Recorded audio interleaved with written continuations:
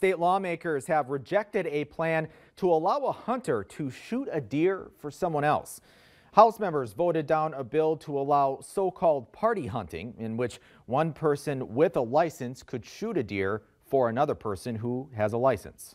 The goal of every hunter is to have success during the hunt, and party hunting would accomplish that. It would also place more stress on our deer population in North Dakota and doesn't provide a solution for the problem of having low numbers of deer licenses available.